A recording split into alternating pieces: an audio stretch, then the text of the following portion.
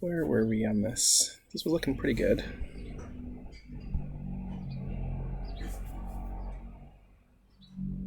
I think there were really just a couple of things we wanted to do more. I mean, we want to work on this download screen. Why don't we just see what that might look like, how you might do that.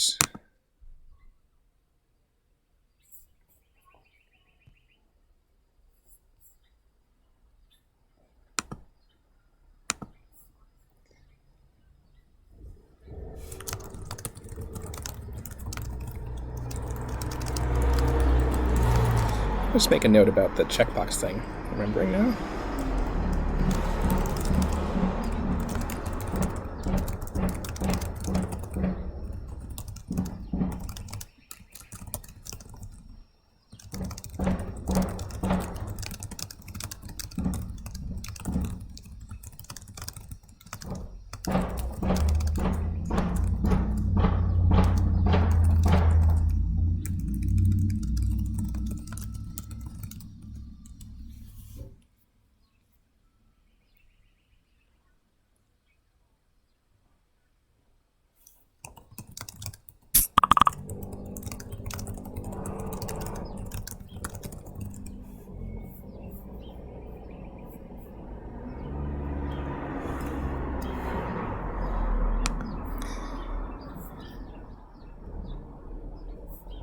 Okay, so where were we? Let's just say, it's going to customize that download screen at the end. We don't know exactly what we want that to say yet, but okay. So instead of this attachment code, which shows the email button, but let me see, what does that look like? That's fine, actually. Let's get rid of these buttons. I don't think we want those. Those erase our session, which we don't want to let someone do.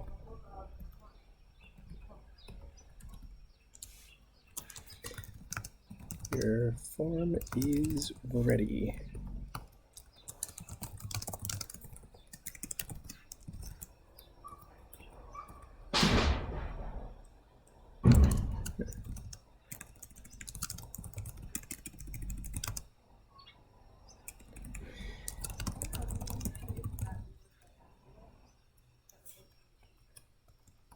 I actually like this phrasing here.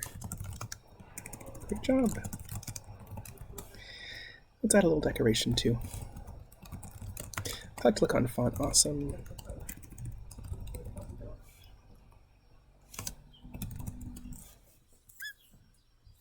Which is built into Docassemble.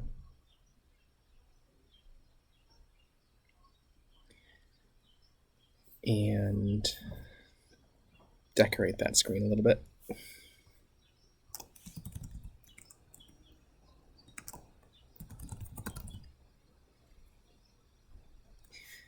So we could use this style here, file-download. Maybe this tasks will be good. Let's use file-download. So all you have to do is just mention the name that matches the name of the icon in this font awesome search.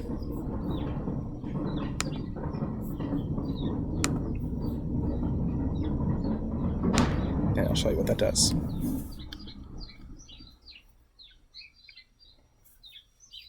Okay, so got to use the right one.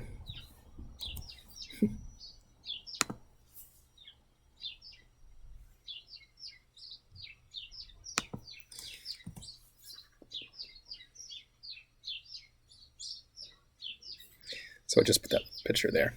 It's not the most decorated screen here, but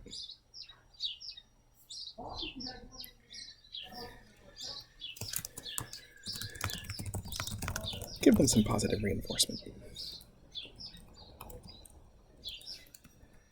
And I also like to show the person the image.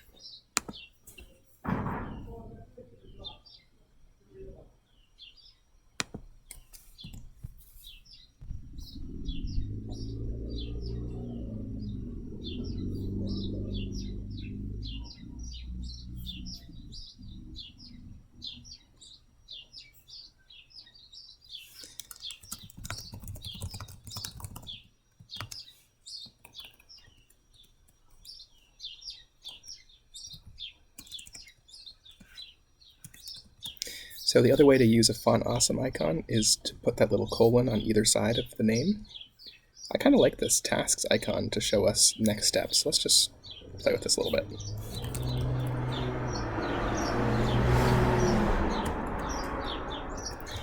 Creating a numbered list in Markdown is just as simple as putting in the numbers. You don't have to put the right numbers in. It'll automatically handle the numbering.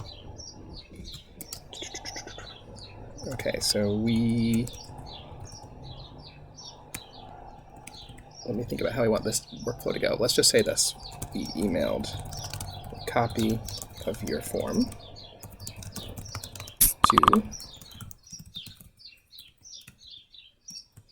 the name of the court.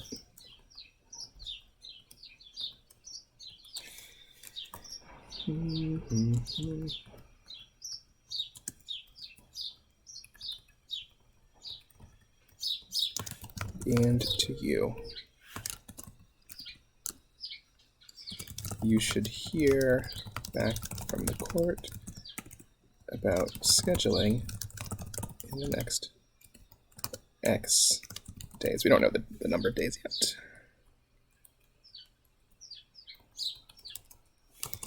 If you don't hear back, please call the court at...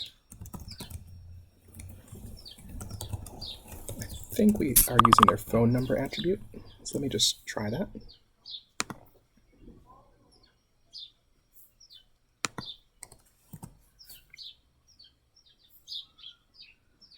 Okay, so the court is not just a single variable, it's an object, just like the person is an object with things that are attributes like the phone number. And I just have to remember what names I used for those attributes. So let's just see.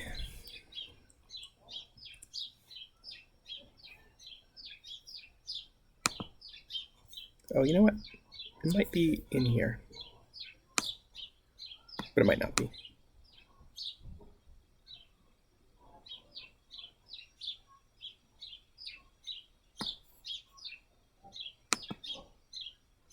No, it doesn't.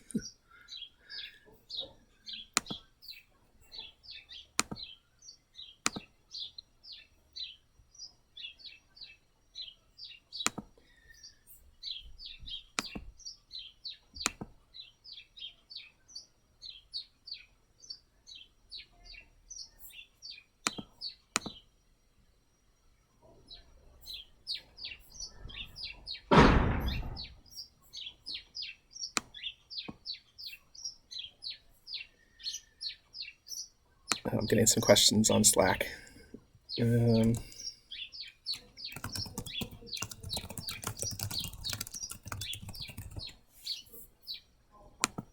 So I am outside right now. You can see the front porch that I'm on.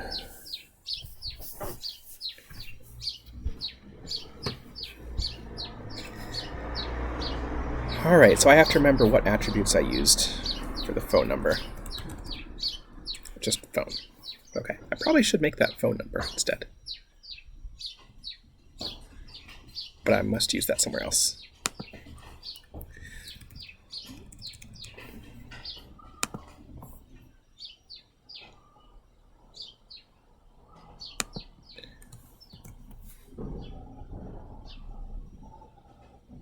Did I not save?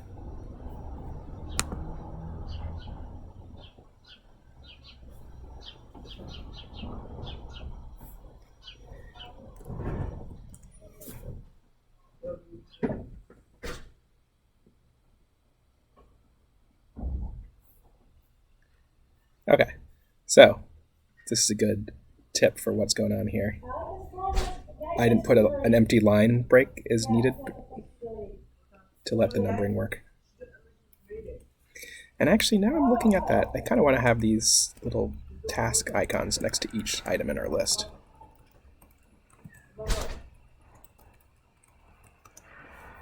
So this is a good way to figure out what we want this to look like, and we can manually copy and paste it, but eventually we might want to put this into the template.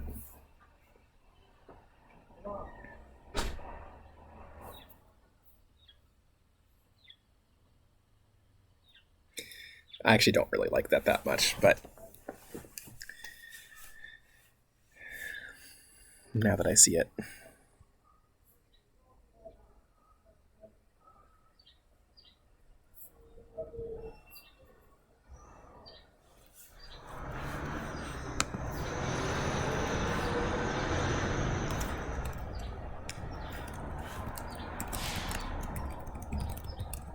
Let me see if there's a better icon that kind of indicates a single thing.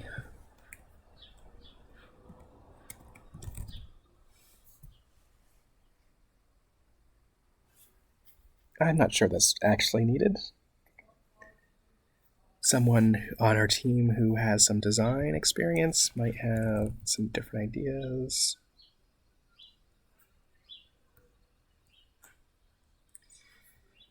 This list is really too long to just scroll through. It's 1,600 almost.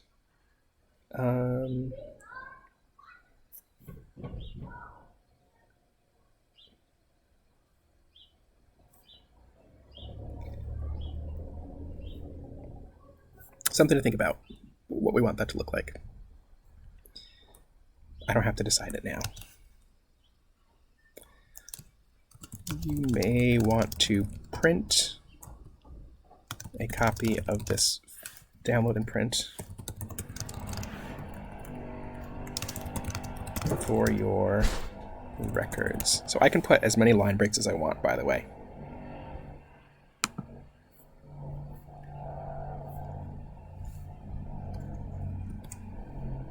If I put 2 line breaks, that makes a new paragraph, but if I just put like 1, and then there's words on that line, and then another one, and there's words on that line, it keeps it all as 1 paragraph. Yeah, see, that just doesn't really look that good.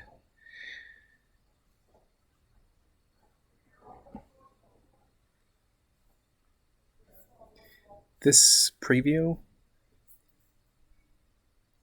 I think we need to explain what that is. There's a preview below.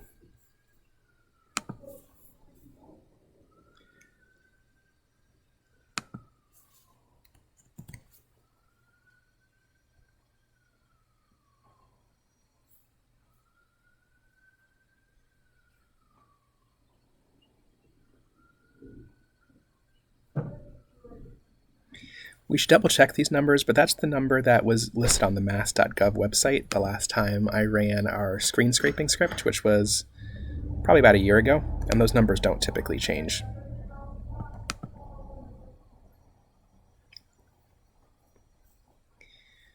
Okay, this looks pretty good. Let's start at the beginning again and see what else we wanted to tweak.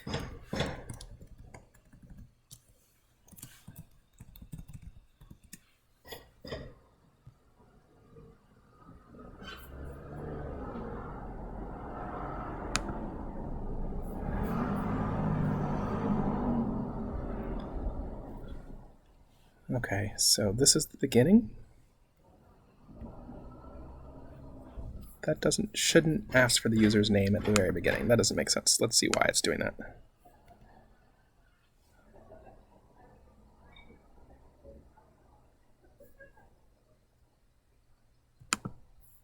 Let's start it from save and run.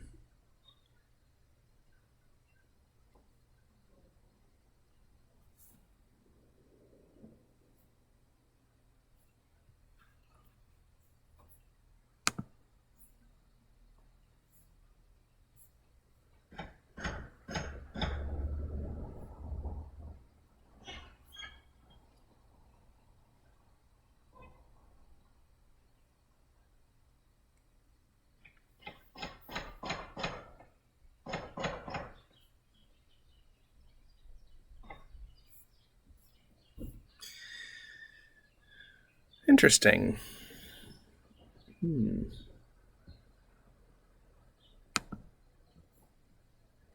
So because we put the user's name there,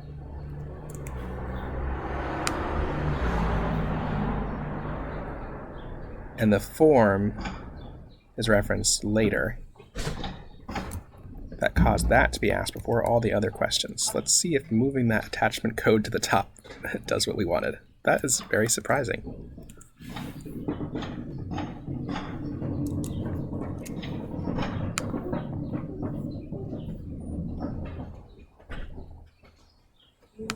I might have to reconfigure some things.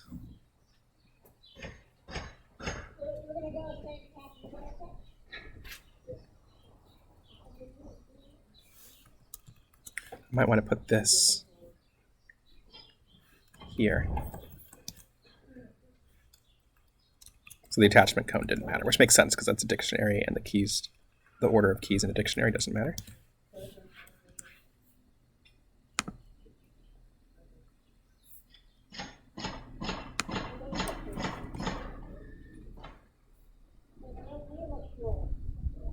Okay, so I should be keeping track of things to fix, so let me do that.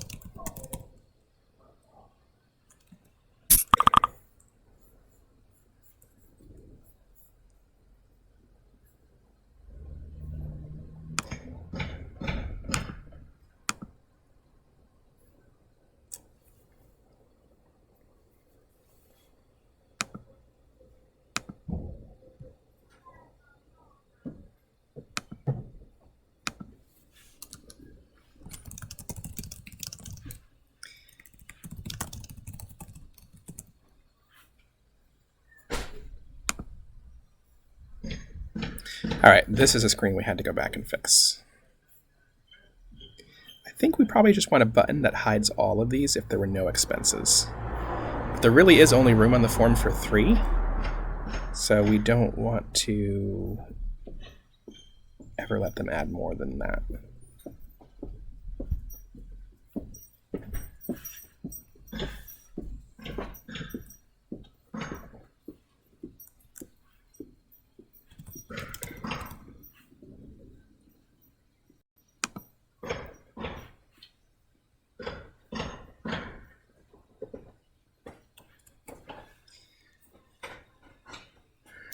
Let me think. There's lots of different UIs we could use here. One would let them add up to 3 things, pressing a button. One would let them check a box for each item that they had.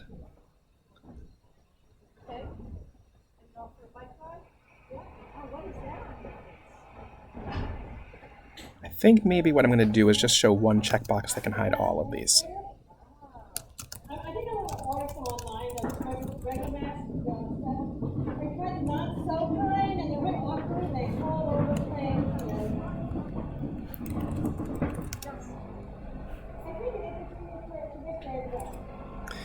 If I let them say that they didn't have any, even if you don't have any specific itemized expenses, your landlord may be liable for up to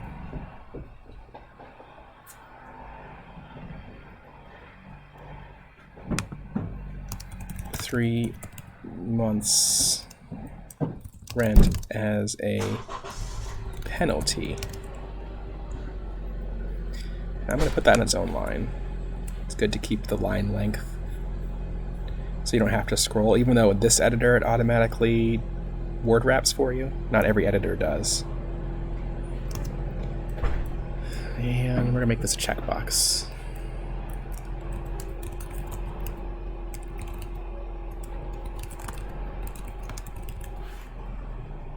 So if they say no, we always want the first one to appear.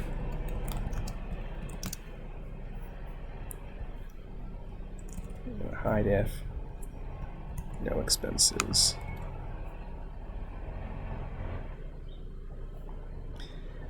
And we want to make the rest of these not required. Put in your best guess. I think we should probably add in 2.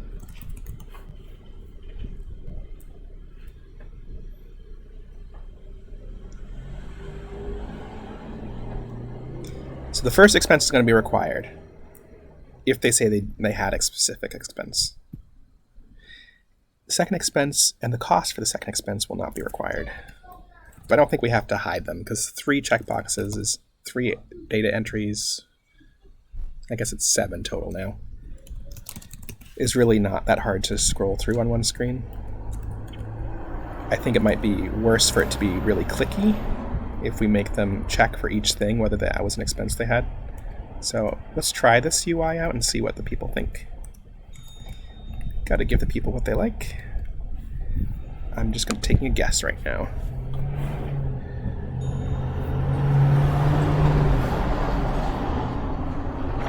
I don't think that save actually clicked. It usually gives you a little pop-up here. There we go.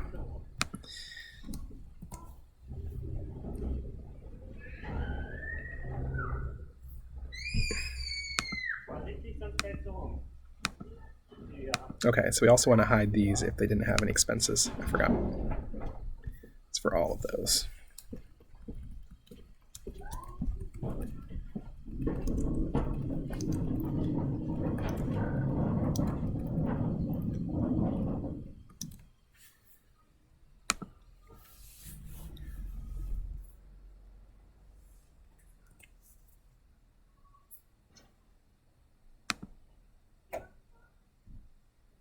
Let's make sure this still works, because I do have some logic in my interview that automatically fills in fields as empty on the PDF.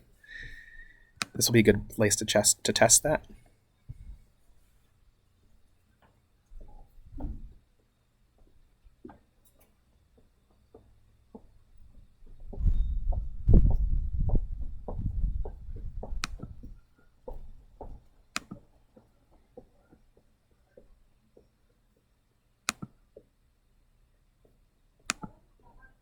Okay, I have to change this logic here. It's requiring that first expense variable, but I want to change it so instead it requires this no expenses variable.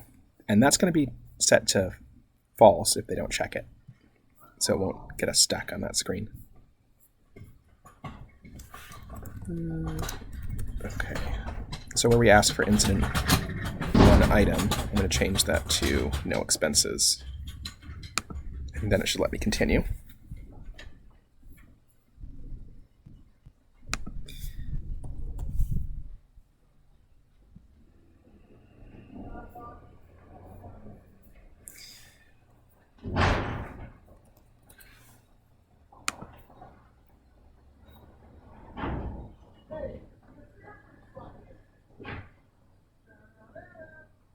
Okay, so actually I have to fix this. If they're an individual, I want to ask for their first name and their last name. I didn't do that right.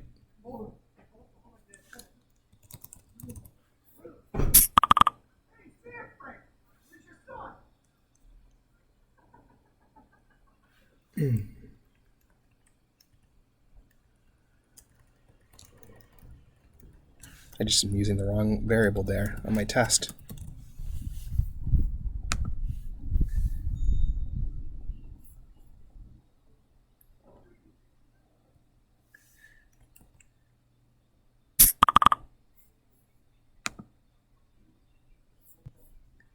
Looks like I'm getting a question on Slack.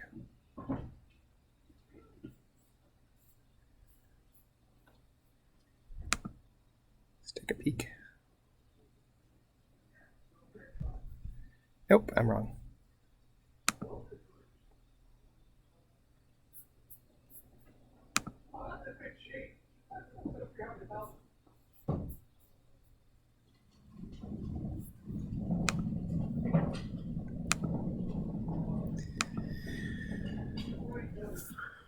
Should we ask for the suffix? Why not? There's no reason not to. Again, that is the kind of thing that some people have as an important part of their name.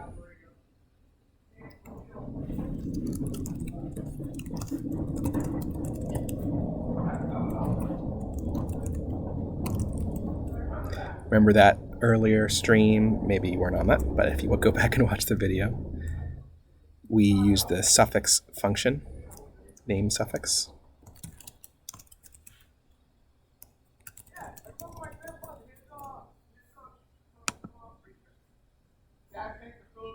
And of course, we want to make this only appear if if it is an individual.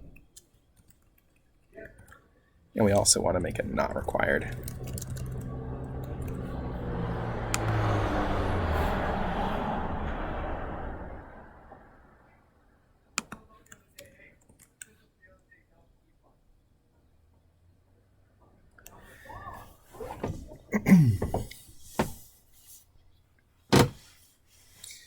So that lets us set it to junior, senior, etc.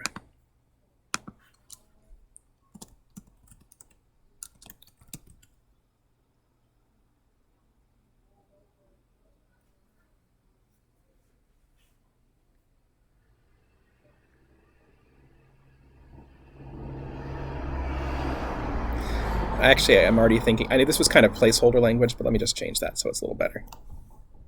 So we defaulted to that number is confusing.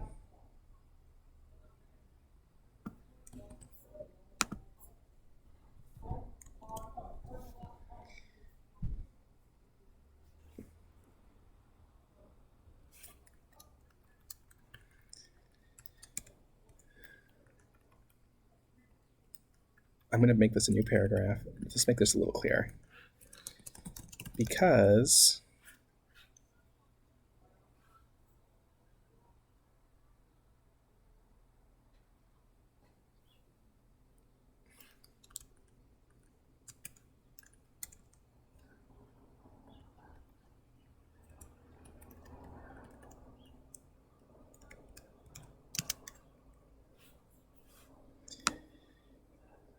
we put in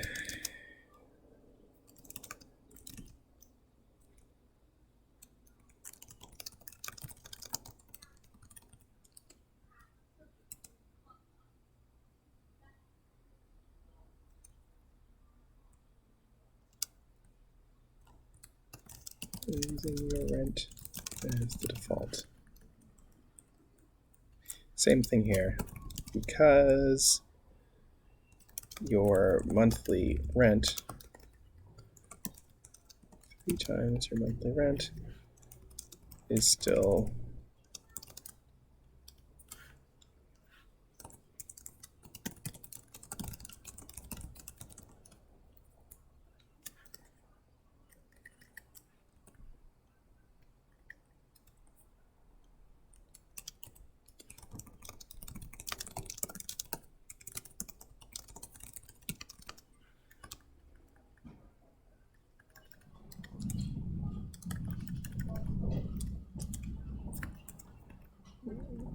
let's say something like we are using the large number for.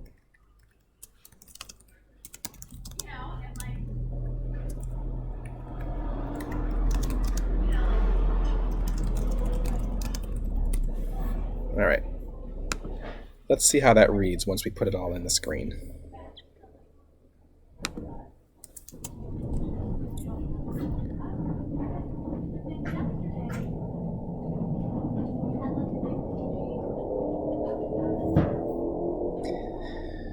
So you're using your rent as the default. It still seems a little awkward to me. Using your rent figure.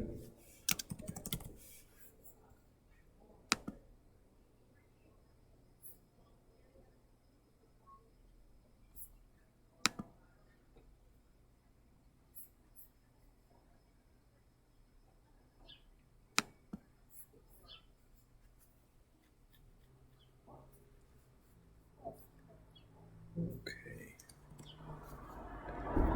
And now let's check the language and the logic. If we had actual expenses that were higher,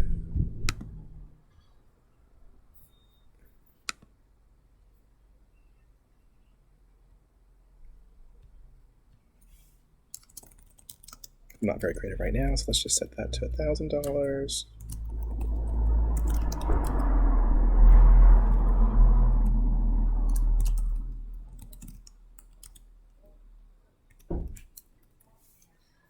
Okay. And our rent's going to go down to 1,000. So now the rent amount is going to be less than the total of our expenses.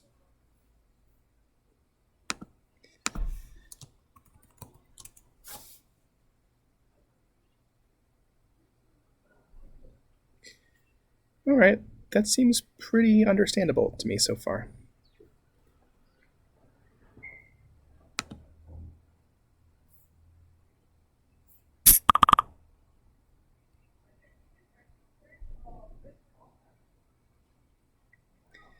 Now I'm looking at this screen here, and I think we should reflect back a little bit about what we asked the person earlier, what problems they had.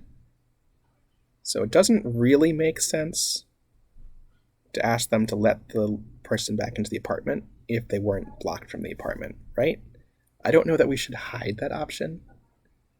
It's not necessary, but maybe we should default to selecting the ones that they actually are using. So let's make that change for the screen here.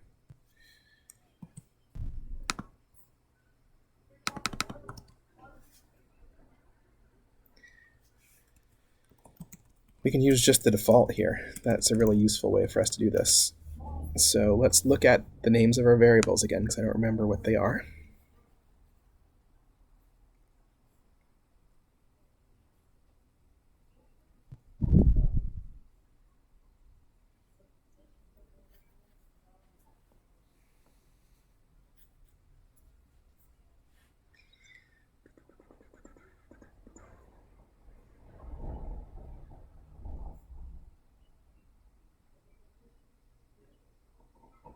Let's see. I might have to just scroll back to that question. I can't see it here on my variable list, so let's see. What did the landlord do?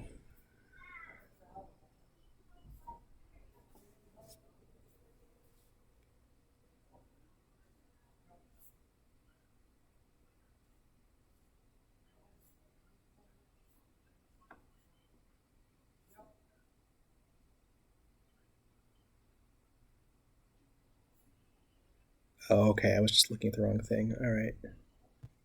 They're all under incident.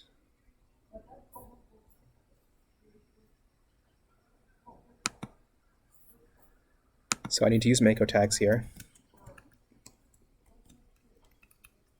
This is a true-false value, so it's going to set this to a true-false value. And it's going to use the value of that question as the default here. So if that was true, this is going to be checked true.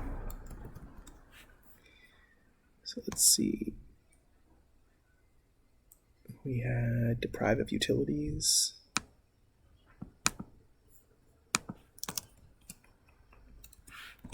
And then we had other.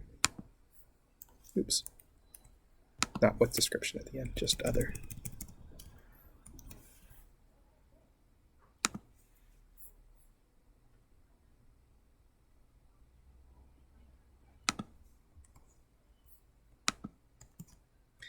So now, let's see what happened. Okay, we didn't check the other box, so that one's not checked as default. We have to explain what's going on here too. So let's be specific again.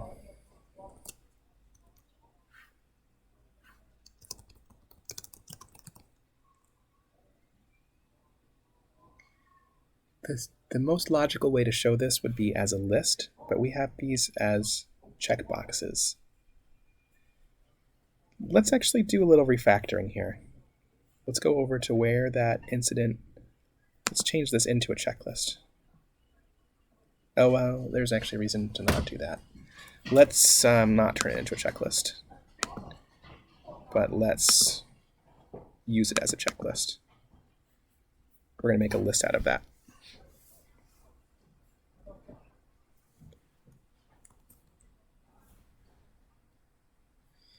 We're going to just use a little code block here to do that.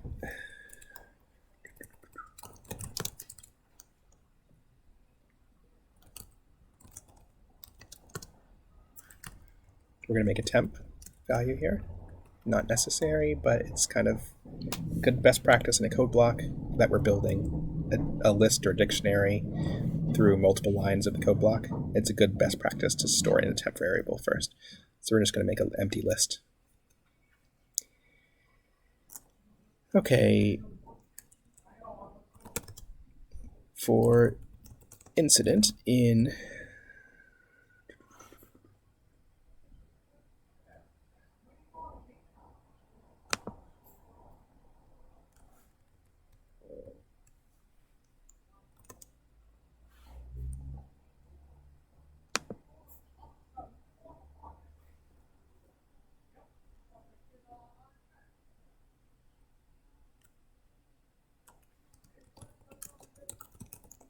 We only have 3 things here, so but now I'm thinking it might be hard to translate this.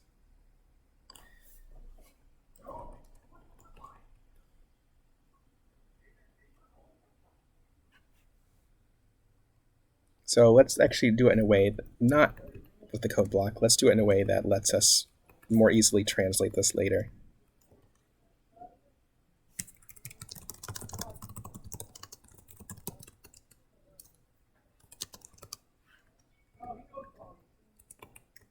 We're going to put a list here. It needs to have an empty space, an empty line before Mako will recognize it as a list.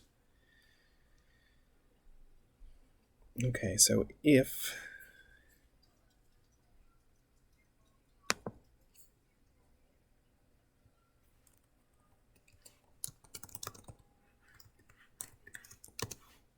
list start with either a number or with an asterisk. The landlord locked you out of the apartment.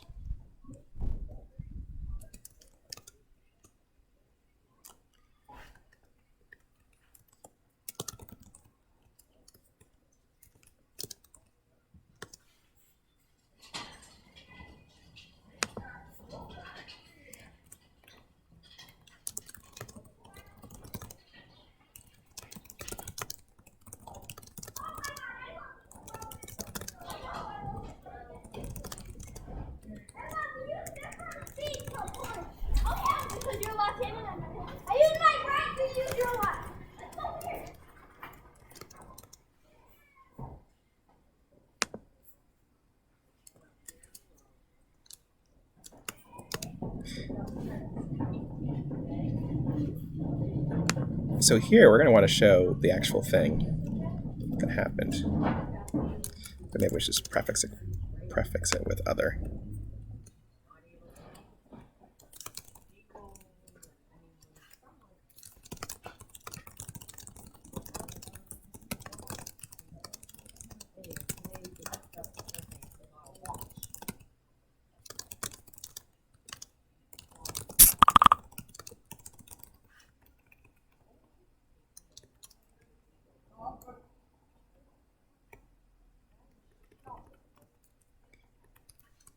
Check the boxes that apply below. All right. So I could have used some code to make this into a list and then use some built-in functions that handle lists like that will automatically just show the things that they checked. But the problem with that is it's a little harder to translate into other languages. So that's why I'm doing it this way. It's a little wordier, but the other benefit of this is it's easier for you to read if you're new to Docassemble. All you have to keep track of are if statements and this little bit of formatting where we use the star for a bulleted line. Let's see what happens here.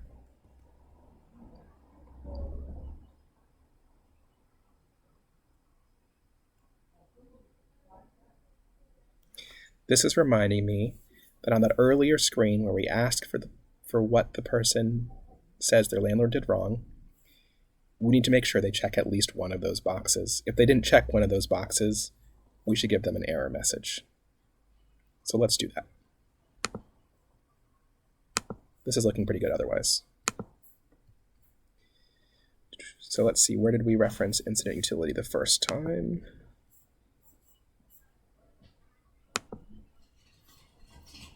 Okay, so we're going to use a feature called validation code.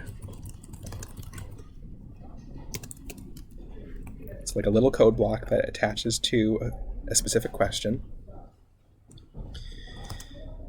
And it just uses if statements.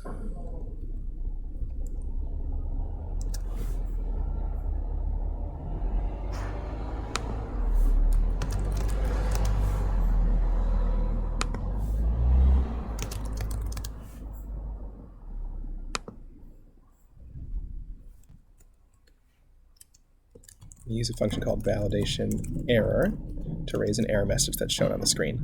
And this gets translated, so we can make sure that that message makes sense in every language that we support.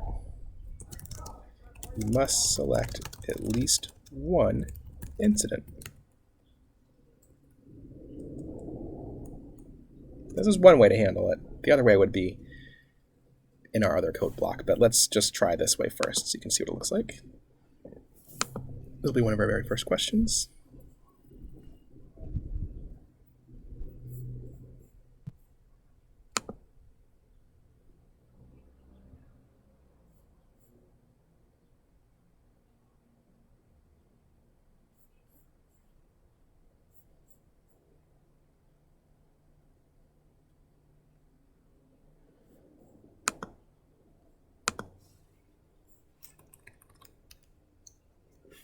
Let's try clicking continue.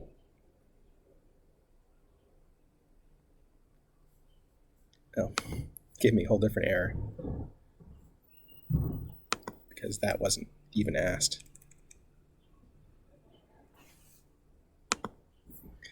That actually is something we want to check.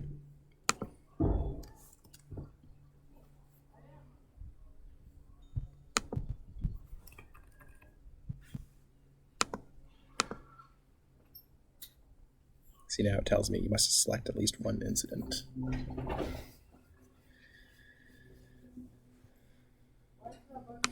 But I actually want another error. If this has been checked, I want to ask to make sure that they fill in something in those areas. So I actually want to make those required. That's a simpler way to do it.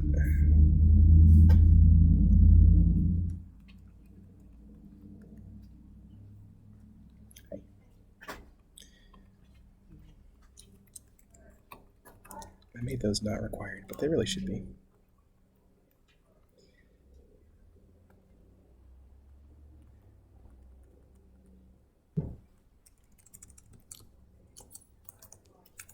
Explain what utility was shut off and when.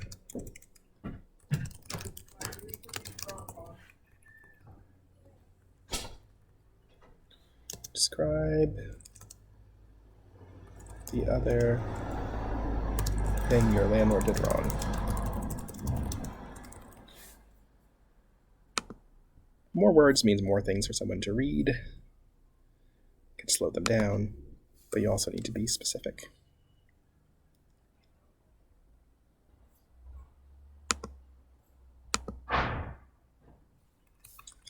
So I should be able to get past the screen if I don't check that box.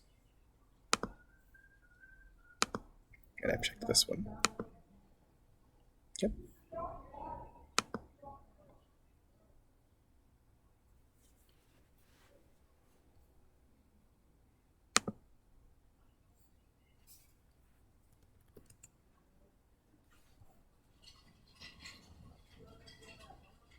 This seems pretty good now.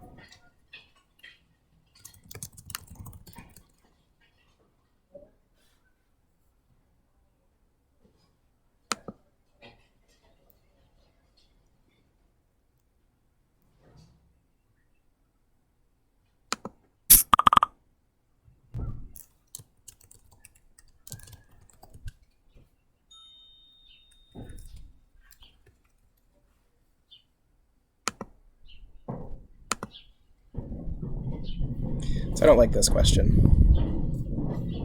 I'm going to ask for the phone and email on the same screen that we ask for the person's address.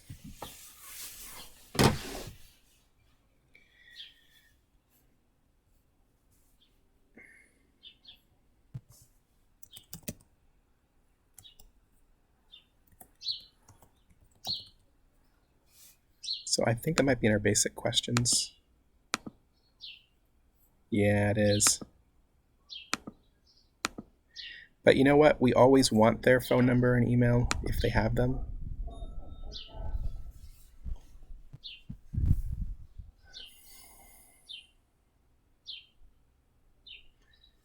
So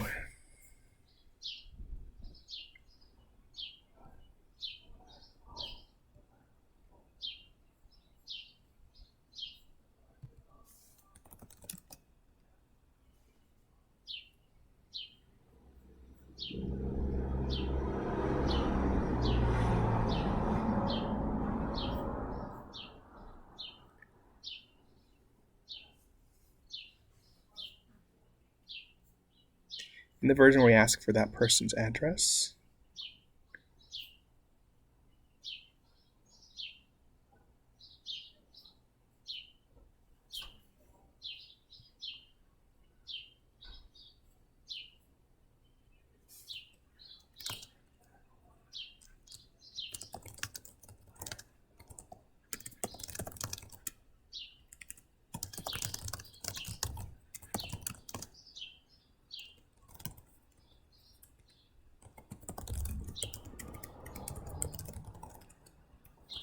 We really can't make it required. Some people don't have a phone number.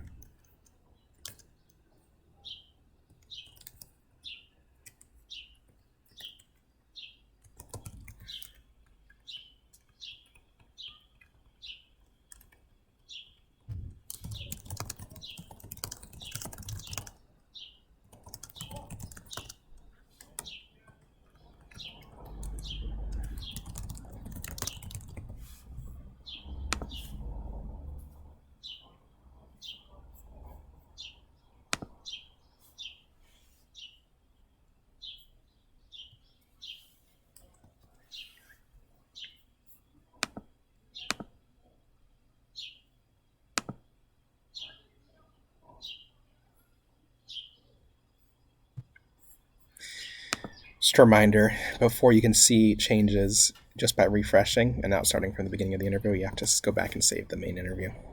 I forgot that.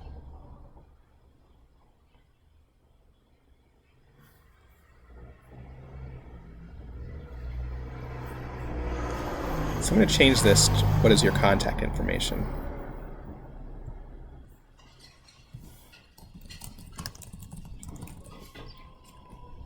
And I don't want email to be required. So how do we handle this? This is a good question. It's really an issue we have to mark on our Trello list.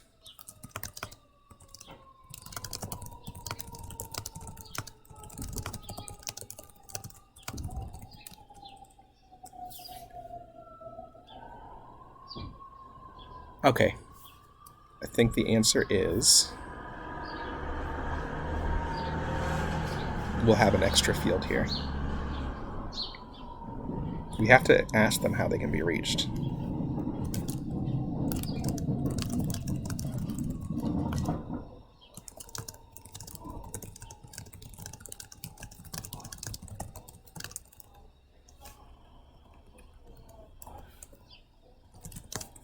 Put that in a note because it's long. A note is takes the place of a field, so it will be above the input box, even if the screen is wide enough to show it next to it. Just I'm thinking formatting wise, it'll look messy if we don't use that. And then that's basically a way to make this field look neater. So this new question is going to not have any label. Users 0.other contact method.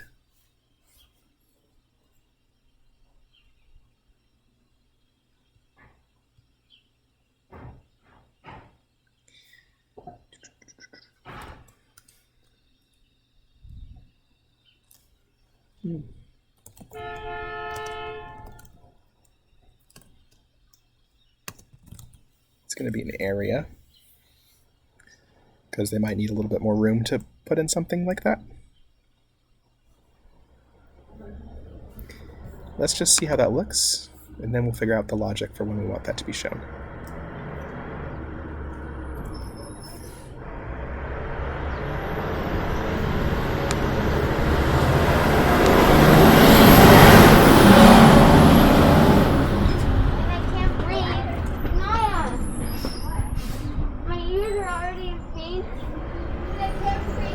I forgot to indent that line.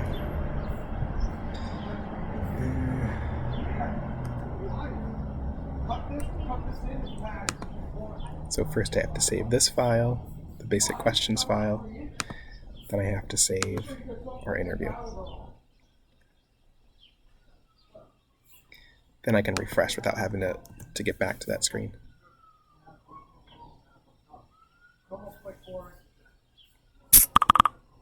Okay, I don't really like the way that looks. So I'm going to go back to not using the no label form. I'm going to use the form where it's all in one, even though it's going to be a little squished.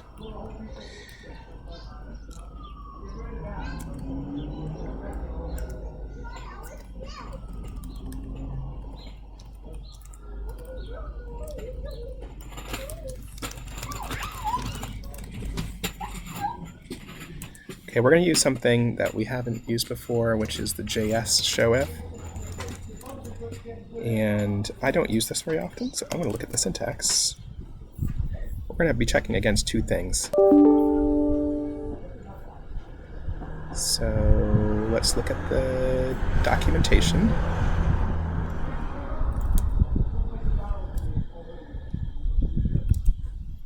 It's going to be on this field screen. I think we're going to use a function called val. I'm just going to make sure I get this right. Perfect.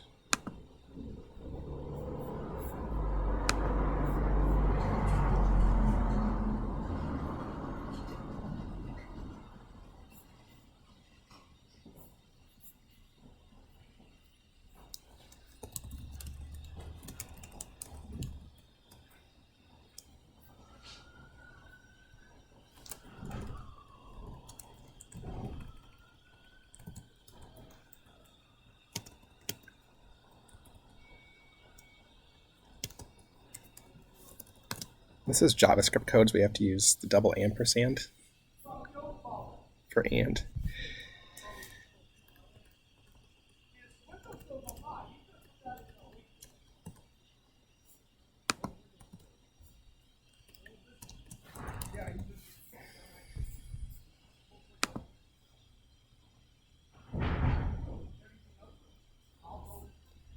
All right, let's check it out. Good chance I did something wrong, because I've never done this, or I seldom use this function.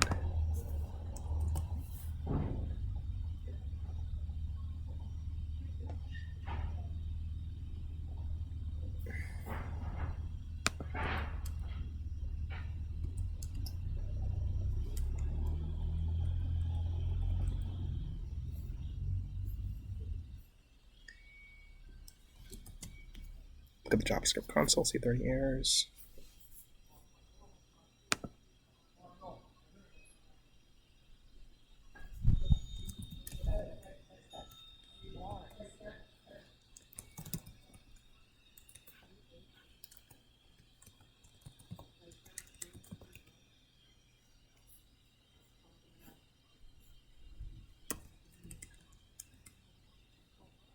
See, it only showed when I deleted it, which is not what we want. Didn't have any value. So how do we check to see if it's not defined at all?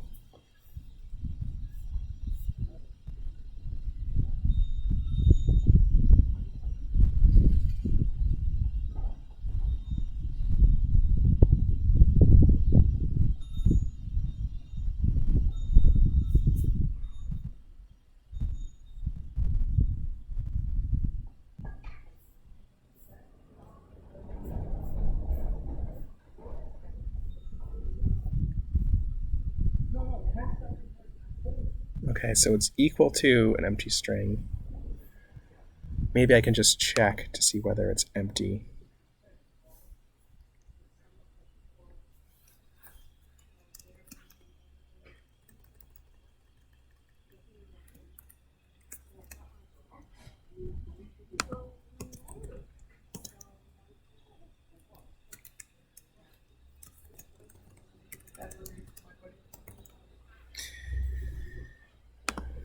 Instead of see if they're equal, see if they're undefined, which I think just saying that they're not should do it.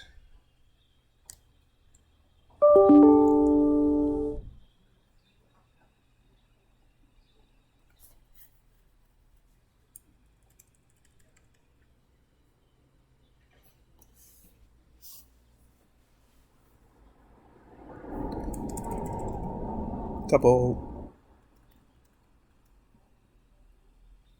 pipes like that is or in JavaScript.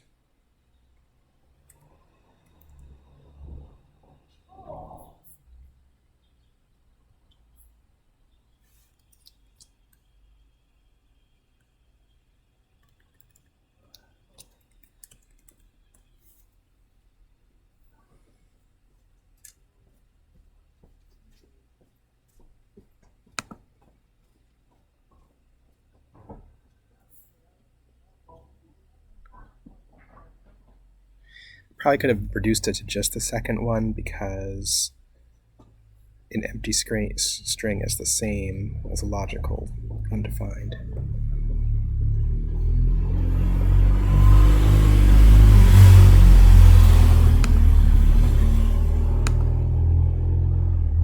They're both equal to false. But let's try it.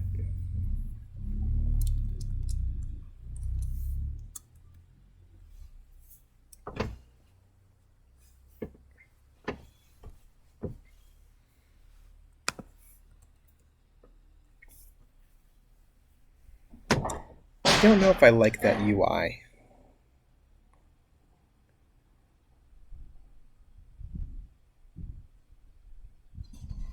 It goes away once you start typing.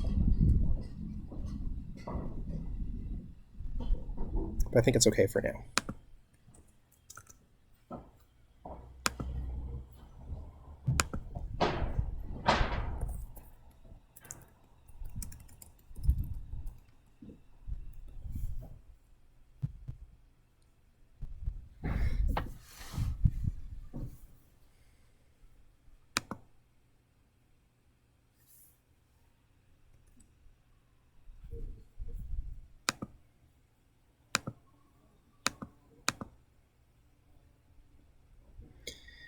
Why do we need the landlord's phone number and email? And will the person have those? Let's look at the form.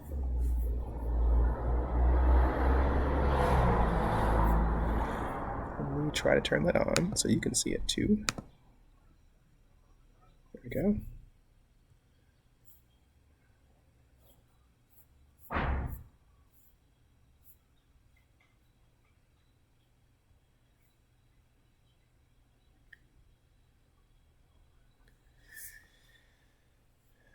So I'm seeing the user's name mentioned a couple of places. I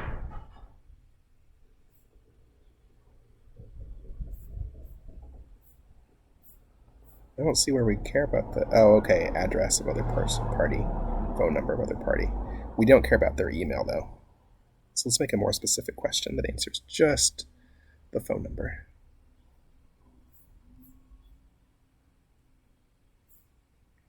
And that's going to be specific to our interview, really.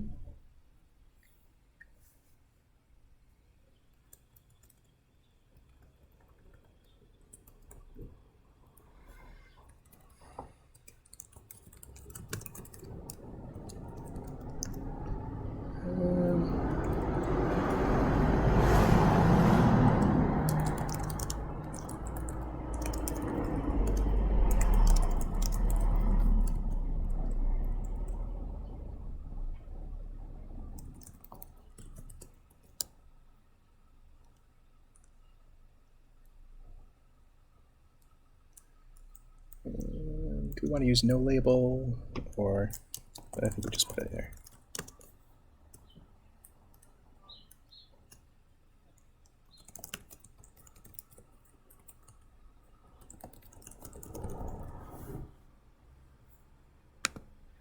Okay, now that we have a more specific question, I think it should use that.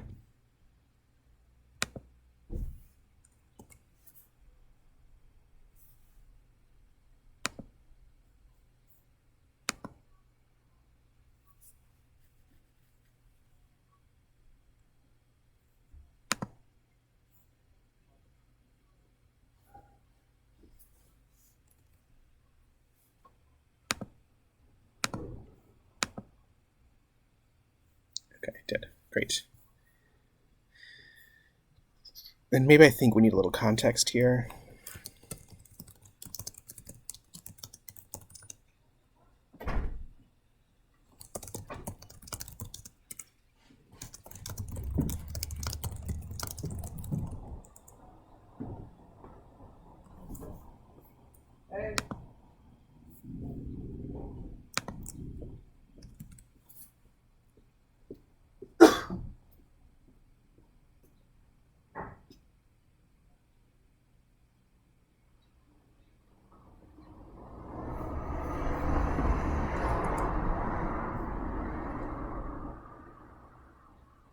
I don't really like this phrasing.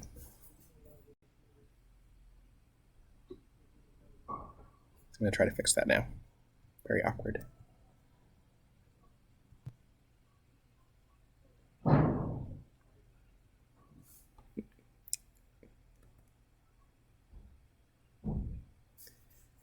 Oops, you haven't been able to see anything I've been doing the last little bit. Sorry.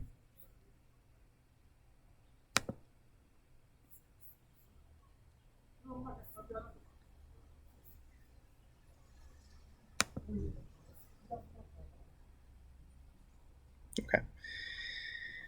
Anyway, what I was just doing was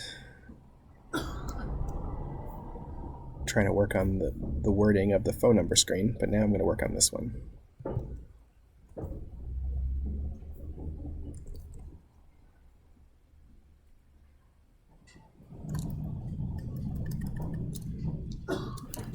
When will these forms be signed?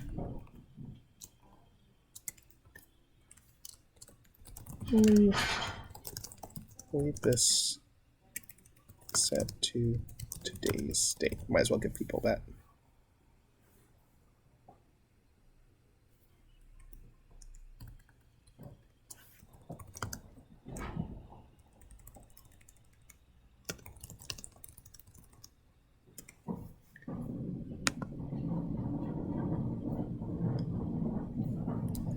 And I don't really like the way that the no label form is stretched across the screen, so I'm just going to change it to date, even though it's redundant.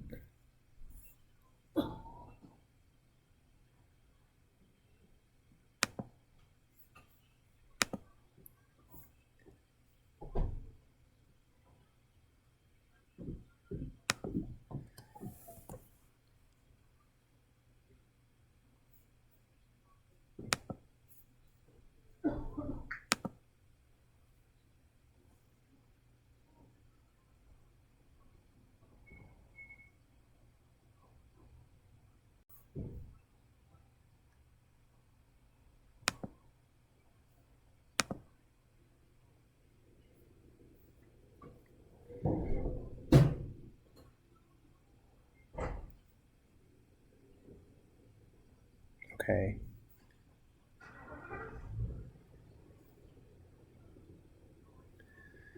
So I want to change the order. Where's the include statement? Should we really be at the very top?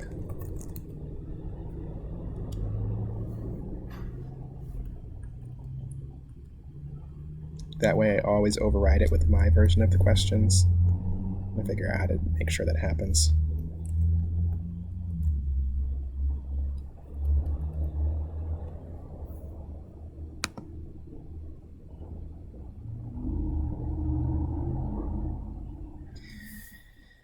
So I want this screen to look different. Hey, Alex, I knew it. I just didn't know where you're going. You're kind of walking around. Never stay away.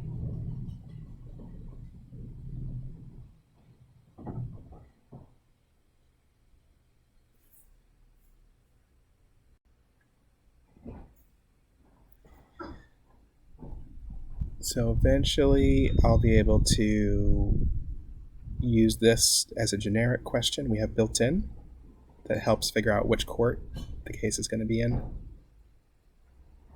Maybe this is a good time to work on that. I'll do a first draft of it now. Okay, so the problem is, how do we pass that screen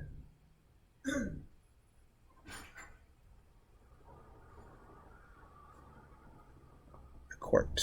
I guess we can do it by setting a variable in our question. Hey, Alex! Leave this alone, remember?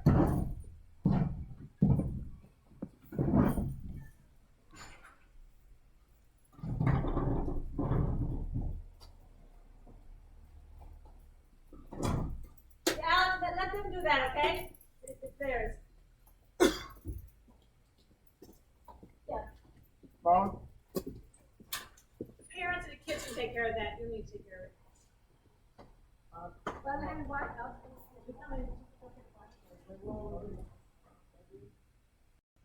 Give me 5 minutes.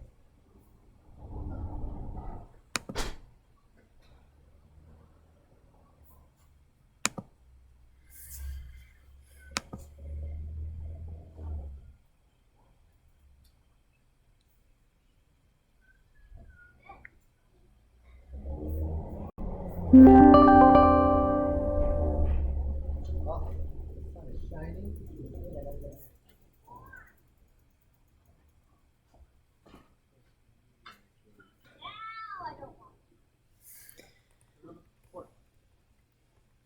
so we know for this one file, we know what core it's going to be, but the problem is we might be using multiple files in one interview. So we want to make sure that whatever we set it to doesn't mess up the other interviews.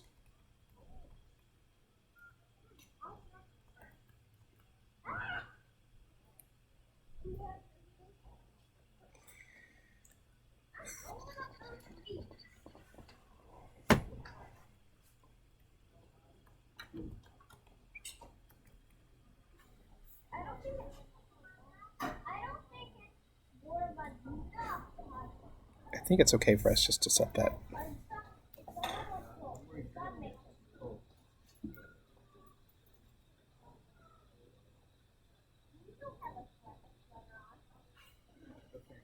We could do it at the beginning of the interview here even. So we're going to do this. Allow. Well, let's. We didn't have a built-in place we're asking for the core. Oh, here we go. Quartz 0. Allowed quartz equal to interview metadata.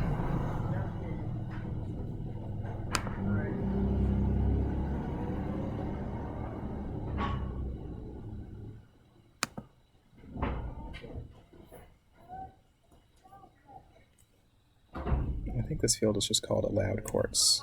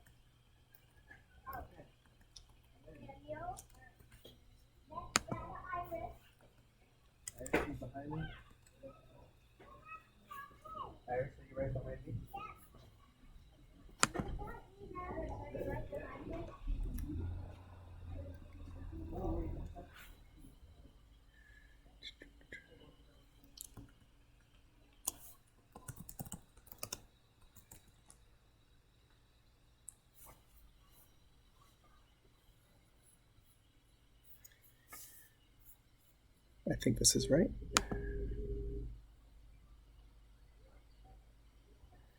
Here's where this is starting to get long enough that I might really prefer a different editor.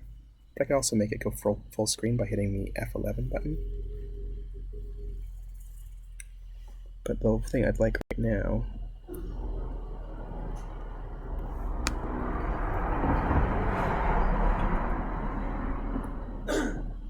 is the ability to jump back and forth. All right. I want to make sure I got those right. So we had allowed quartz and preferred quartz with a space, which I'm pretty sure is correct. I think that's what I used up here. Preferred quartz, allowed quartz. Perfect. Okay. The point of doing that is we can write a question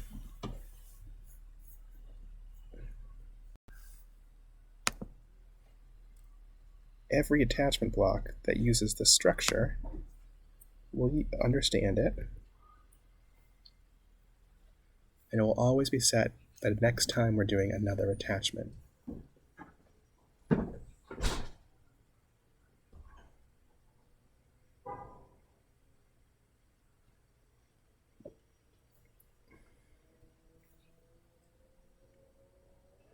I wonder if we're going to want to get rid of the definition of court as well. We might have to tweak that a little bit, but that's okay.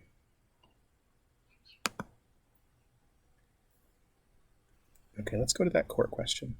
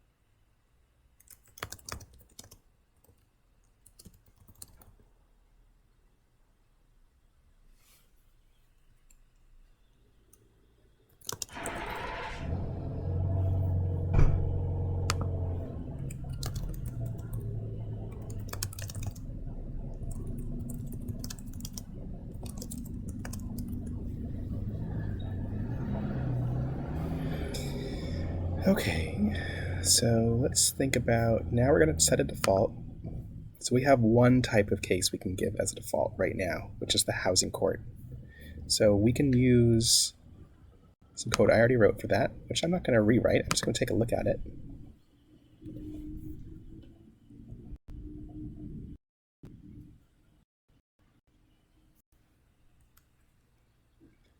Okay, so I have that on GitHub.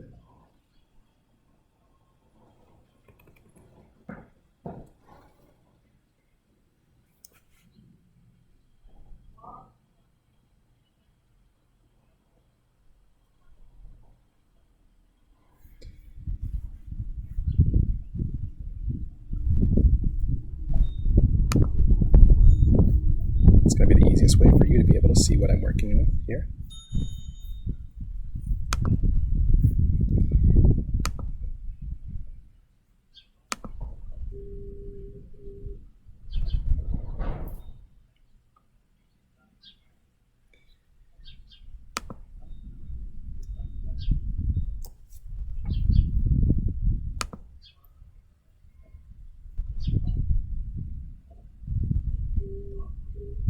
I might have already copied this, but I'm just going to get that exactly the same.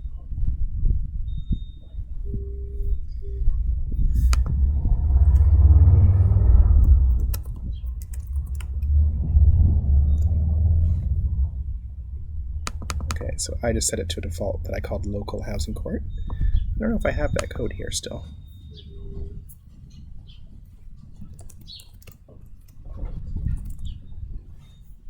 Oh, wrong file.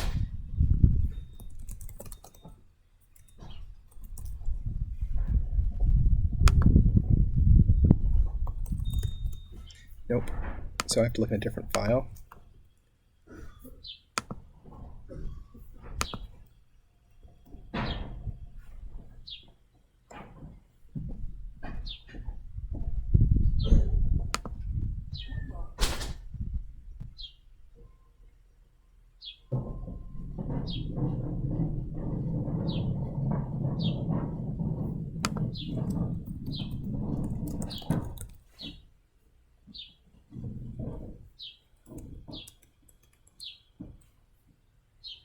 Okay, this is the function that I used here.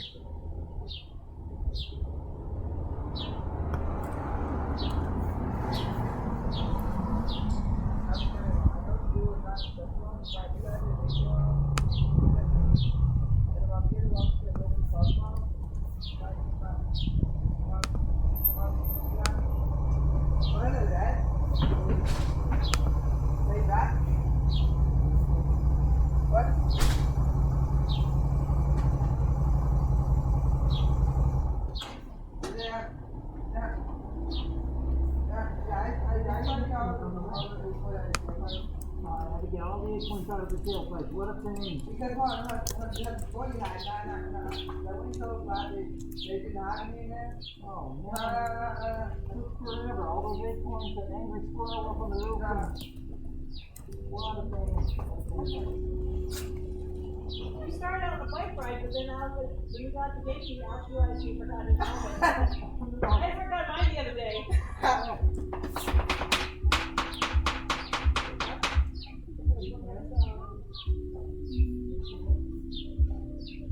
So thank you for writing some of that stuff down. I appreciate it. Yeah, it's so funny to spend all that time worrying about the mask and all of that stuff. You know, it's like, all right, I got I think I heard it. That's what happened last time. I think I put it down, I put my headphones down, so I could put the mask on, and everything else, and I just walked out. In the past, I've done the same thing. Whatever's going on, someone's trying to get out the door. Yep. It's funny. I figured out where I realized it, but I had to kind of hold it.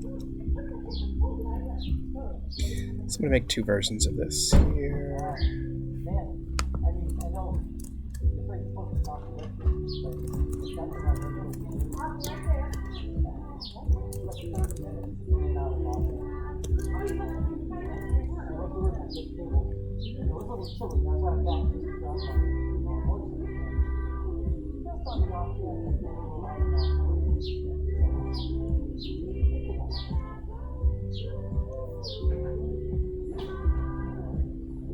So there's only 30 minutes? Well, it's 30 minutes. I didn't think that was going to be. I looked on that Saturday. So coming back at it,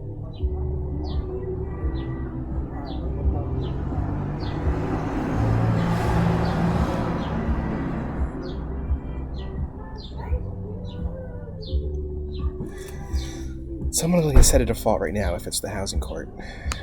Let's see, we'll see if that works.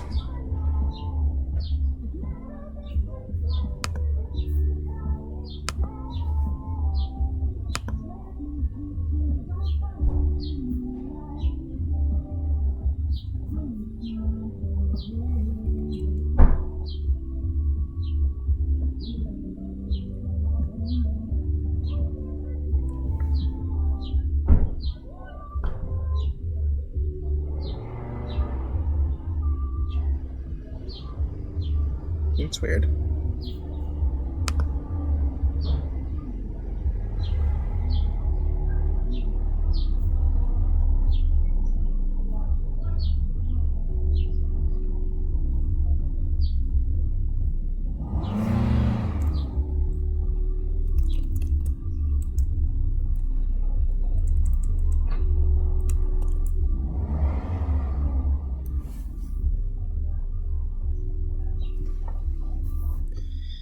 That's to do with this, which we're not really using yet, so I'm going to take that out.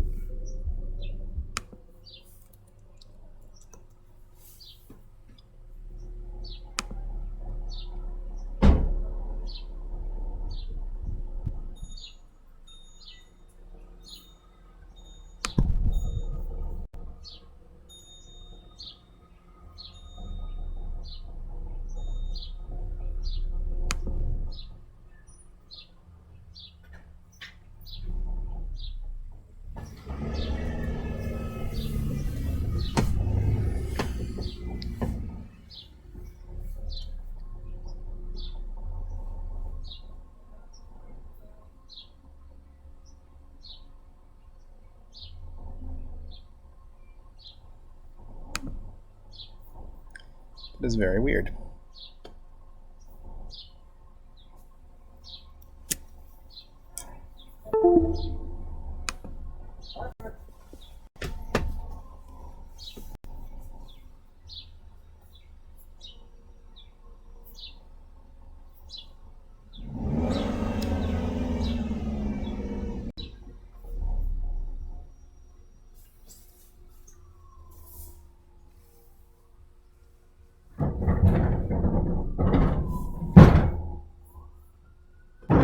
Start from the beginning. Oh. I didn't turn this on. Someone else did that. That's great. Mass Access Project. This project helps you file emergency forms with the court in a time of critical need. Great. At the end, your forms will be delivered securely to the court. The court Oh, I should did do that. I forgot.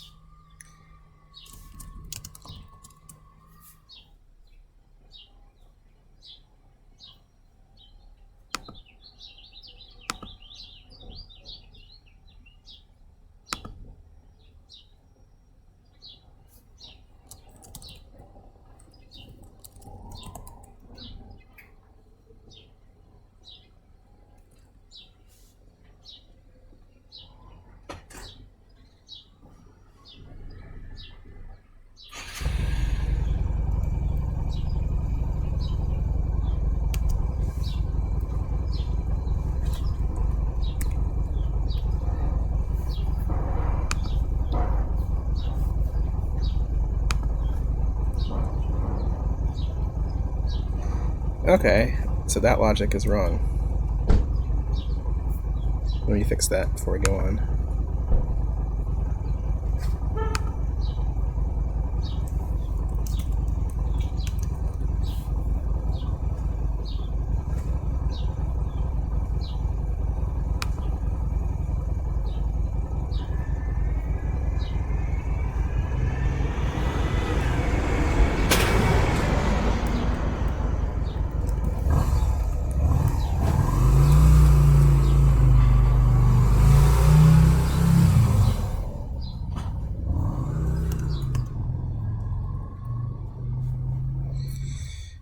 I just deleted that test there in the wrong place. Okay.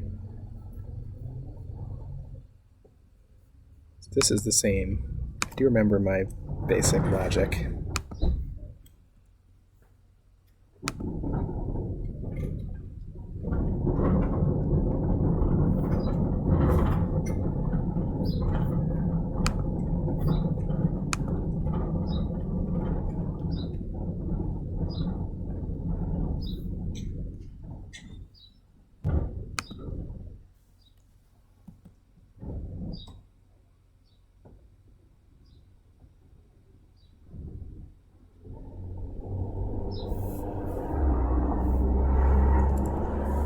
I should really turn off this autofilling that Firefox does. Let's see.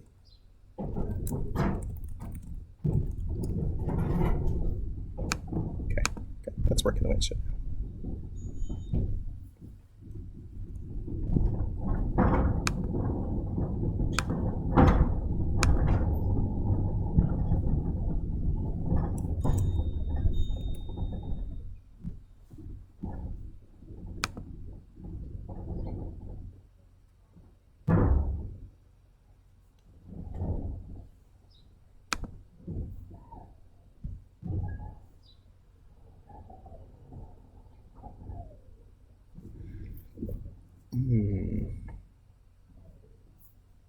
Okay. So it's not using that version that we just did.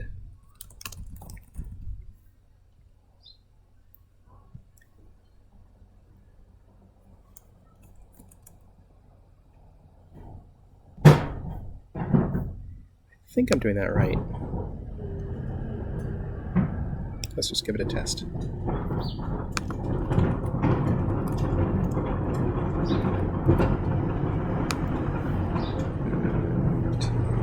I think it's a question modifier.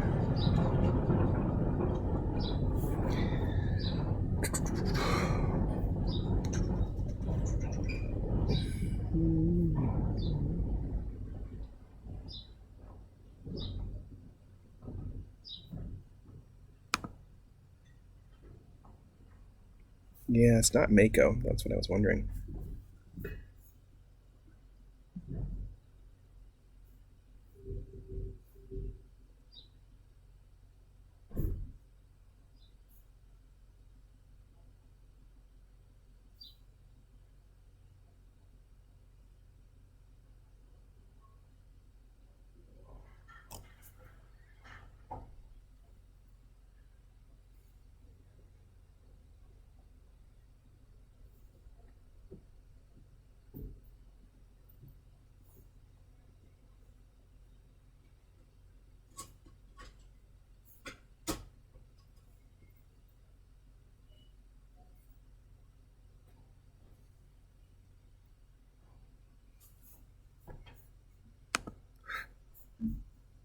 We do set preferred court to housing court.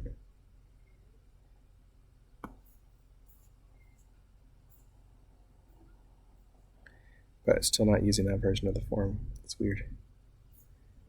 Maybe because of the order we did it in.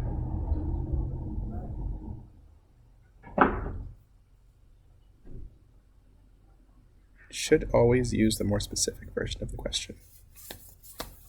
But we can just turn this off.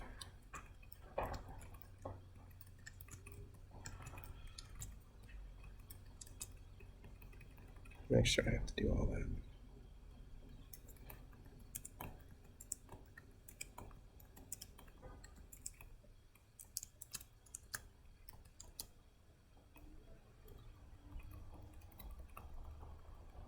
Just turn off that.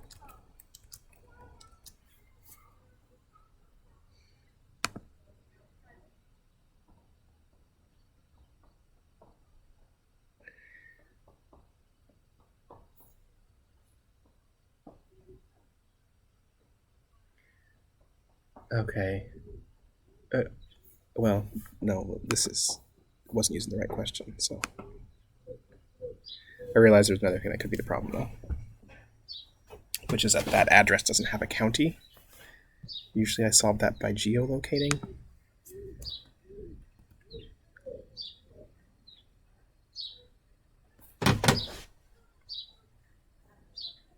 Yep. So we have to have that in our flow. Let's see.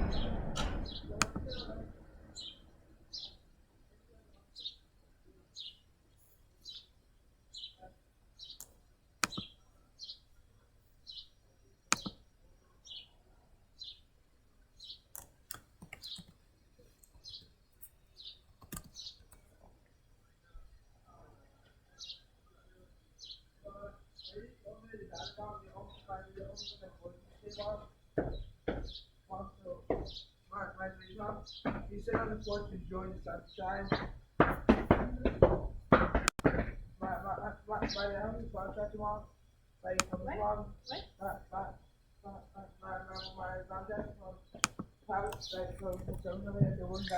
So what that does is use the Google API to figure out the fields.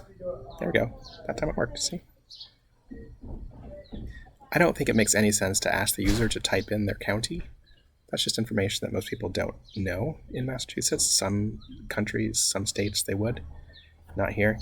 But that's part of the way that we need to know which court they're in.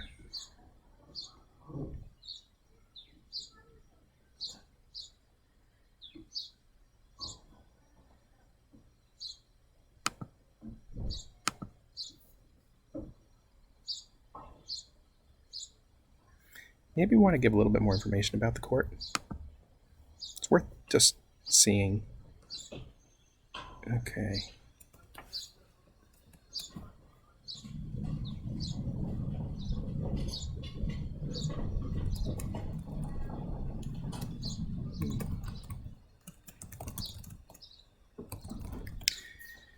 What other information do we have? I think we have a description of it.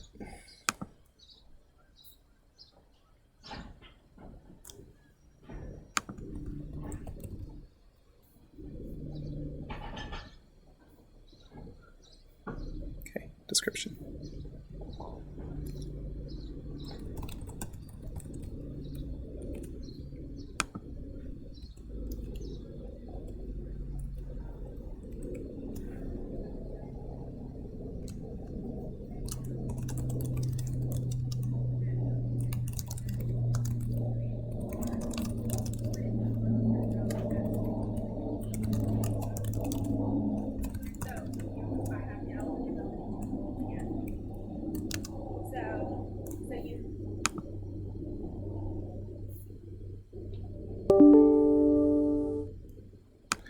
Oh, shoot. Okay, obviously you don't owe the money back from Croatia. It's another $4,000.